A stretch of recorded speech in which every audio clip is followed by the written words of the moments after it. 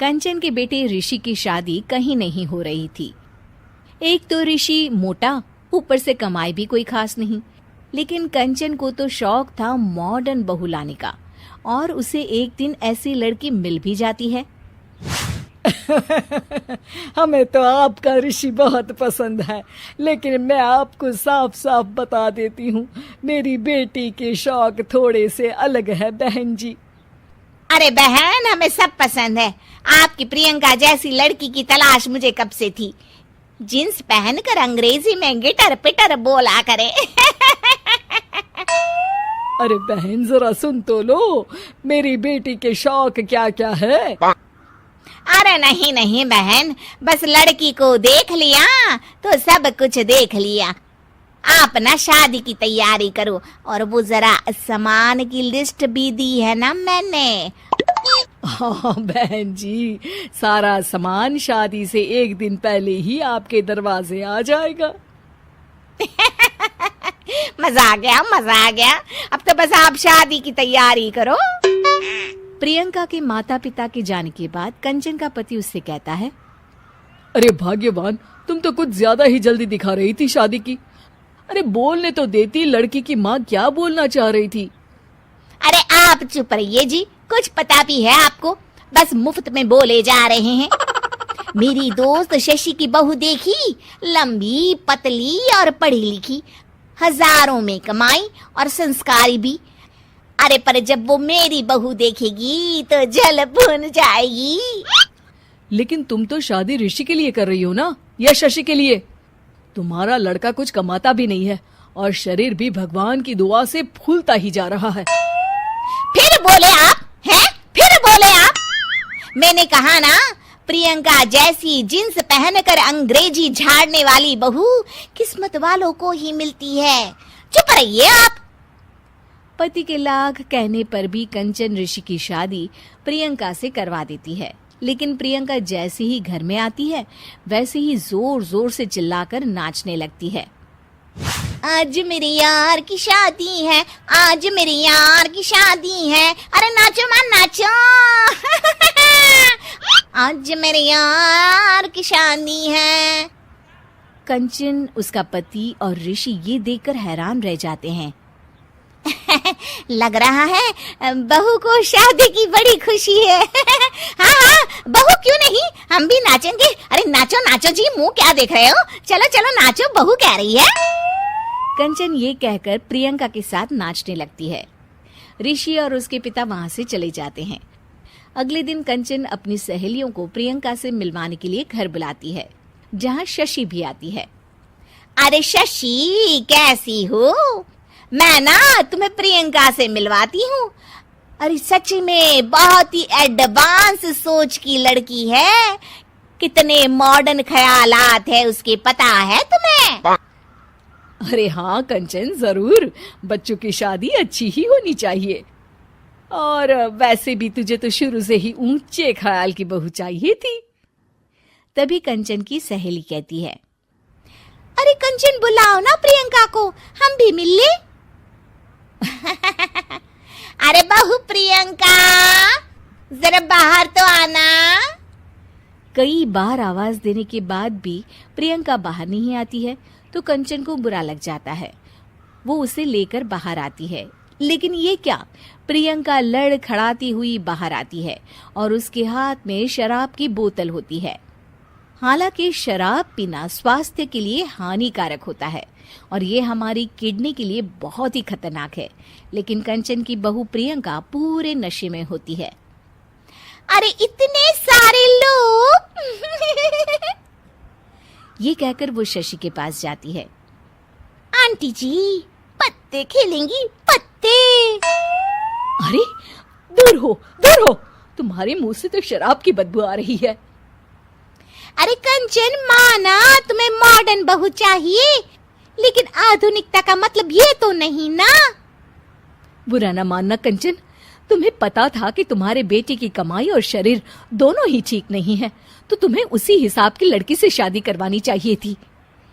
ऐसा कहकर सभी औरतें वहां से चली जाती है। तभी प्रियंका की माँ कंचन के घर आती है। अरे बहन जी, बड़ी चालाक निकली आप तो। बिना बताए अपनी पियक्कड़ बेटी मेरे लायक बेटे के गले में बांध दी।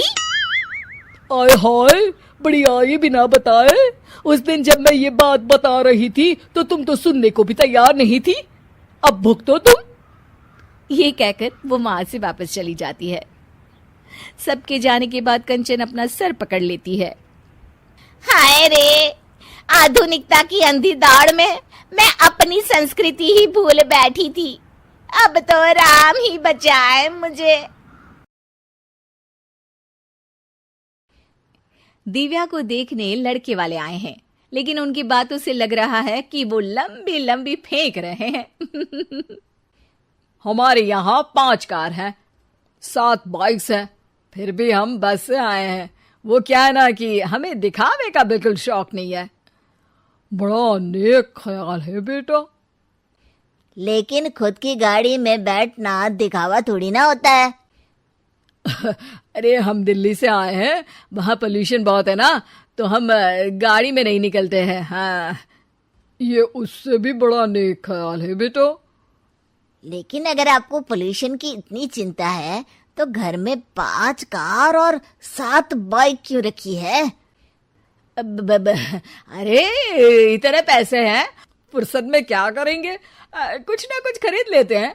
अभी पिछले ही हफ्ते एक हेलीकॉप्टर खरीदने का सोच रहा था। तो क्यों नहीं खरीदा? अरे उसके पंखे हवा ज्यादा देते हैं, हमारी माँ को ठंड बहुत लगती है ना, अब बुजुर्गों का ध्यान रखना पड़ता है ना। अरे वाह वाह, ये तो बहुत बड़ा, ऊंचा और नेक ख्याल है।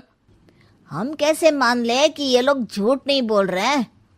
अरे हमारा परिवार झूठ नहीं बोलता। दिल्ली शहर में किसी से भी पूछ लीजिएगा, हमारे बेटे का बड़े लोगों में उठना बैठना है। हाँ। अरे छोटो चुप रह, इतने बड़े लोग हैं, झूठ क्यों बोलेंगे? हमारी फैक्ट्री है, और ऐसी फैक्ट्री कि यहाँ ग्राहक आया, इधर सामान बनाया जल्दी जल्दी, और हम हर काम ना जल्दी करते हैं। हाँ वही तो, तब जल्दी जल्दी अपनी बेटी का हाथ हमारे बेटे के हाथ में दे दीजिए। दिव्या के पिताजी दिव्या के भाई छोटू की एक भी बात न मानते हुए दिव्या की शादी दिल्ली के इस फेंकू परिवार में करवा देते हैं।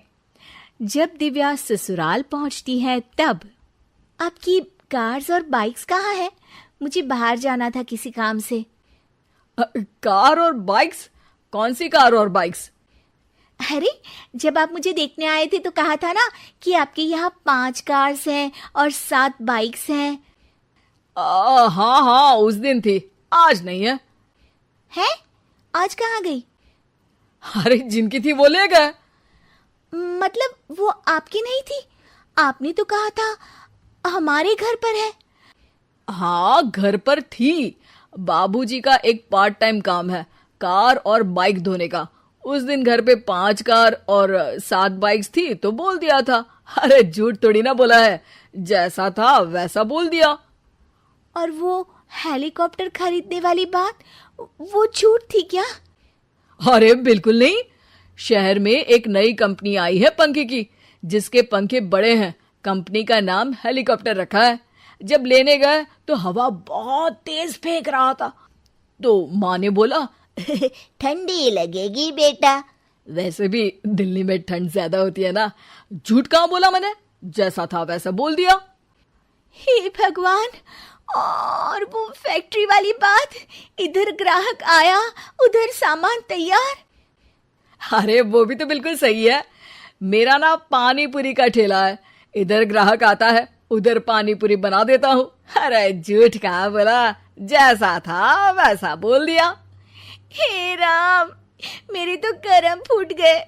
आपने तो कहा था कि आप लोगों का बड़े लोगों में उठना बैठना है। अरे है तो, पहले मैं बहुत बड़े लोगों के यहाँ नौकर था, जब भी कोई गलती करता तो वो मुझसे उठक बैठक लगवा देते। हो गया ना बड़े लोगों में उठना बैठना। दिव्या अपने साथ हुए धोखे पर रोने लगती है और ठान लेती है कि वो ससुराल वालों को लाइन पर लाकर ही रहेगी और उनकी ये झूठ बोलने वाली आदत छुड़वा कर रहेगी। आप लोग खाने में क्या लेंगे? करेला खा लूंगा। अरे मुझे तो टिंडे खाने हैं। कद्दू खाऊंगा। अच्छी बात है, खाने के टेबल पर मिलते हैं। शाम को जब सब खाने के टेबल पर मिलते हैं तो सब देखते हैं कि टेबल पर प्लेट्स में एक पूरा और कच्चा कद्दू रखा है, कच्चा करेला रखा है और कच्चे टिंडे भी रखे हैं। बहू, ये सब क्या है? ससुर जी के लिए करेले, आपके लिए टिंडे और श्रवण जी के लिए कद्दू। अरे वो तो दिख रहा है, लेकिन ये पकाया क्यों नहीं है? आप लोगों ने पकाने को तो नहीं कहा था, बस मैंने पूछा था क्या खाएंगे, तो आपने ये कहा था कि करेले, टिंडे और कद्दू खाने वाले हैं। ये क्या मजाक है दिव्या, तुम झूठ बोल रही हो। अरे मजाक कहाँ है, आपने कहा कद्दू खाएंगे तो खाइए, ऐसी थोड़ी ना कहा था कि पका हुआ खाएंगे। और वो आप क्या कहते हैं, जैसा था वैसा बोल दिया, झूठ कहाँ बोला मैंने। दिव्या की बात सुनकर, समझकर सब शर्मिंदा हो जाते हैं और उन्हें अपने किए और झूठ बोलने की आदत पर पछतावा होता है। दिव्या समझदारी दिखाते हुए उन्हें सच के रास्ते पर चलने और किसी से मजाक में भी झूठ ना बोलने की सीख देती है और उनके काम में मदद करके उनके काम को और बड़ा बनाने में मदद करने लग जाती है।